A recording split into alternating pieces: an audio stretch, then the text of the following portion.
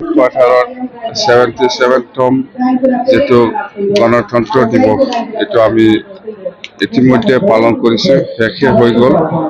আৰু এই গণতন্ত্ৰ দিৱসৰ উপলক্ষে আমাৰ কালচাৰ শ্ব' আছিলে বা NCC শ্ব' আছিলে, সেইবিলাক গোটেই হৈ গ'ল। মোৰ কথা এটাই যে আমি গণতন্ত্ৰ দিৱস উপলক্ষে মই সকলো অসমবাসী ৰাইজলৈ বা BTC-বাসী ৰাইজলৈ মোৰ আন্তৰিক শুভেচ্ছা থাকিল।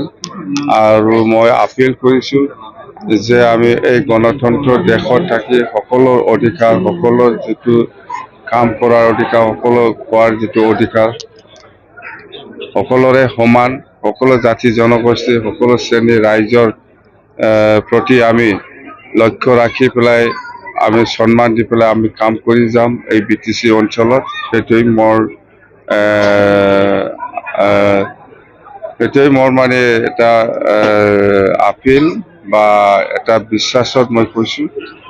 তো আজি অসমত খুব শান্তিপূৰ্ণভাৱে এই গণতন্ত্ৰ দিৱসটো পালন কৰিব পাৰিছোঁ। আৰু আমি ভাবোঁ ভৱিষ্যতেও অসমত আজিৰ নিচিনা শান্তিপূৰ্ণভাৱে গণতন্ত্ৰ দিৱসটো যাতে পালন কৰিবলৈ পায়, এই সুযোগটো সকলো ৰাইজে নিশ্চয় সুবিধা দিব, এইটো মই কামনা কৰিছোঁ। আৰু আমি আজিৰ দিনত মই কেইটামান কথা জনাব বিচাৰিছোঁ। অহাকালি হ'ল 27 জানুৱাৰী।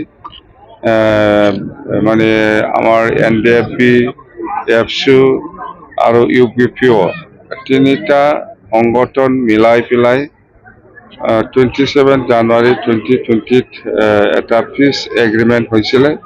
সেইটো আমি BTC হিচাপে অহাকালি আমাৰ হেডকোৱাৰ্টাৰত অবজাৰ্ভ কৰা হ'ব।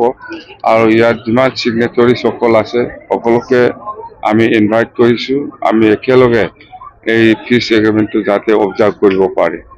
আৰু ইয়াৰ পিছত আমাৰ 10 ফেব্ৰুৱাৰী আহি আছে। 10 ফেব্ৰুৱাৰীটো আমি BTC একৰ্ড ডে হিচাপে আমি পালন কৰিম। আৰু এই সময়ত আমাৰ বিভিন্ন এক্টিভিটি থাকিব। আৰু আমি BTC নিৰ্বাচনত যিটো 5টা গেৰেণ্টি দিছিলে সেইটো আমি শুভ আৰম্ভ কৰিব কথা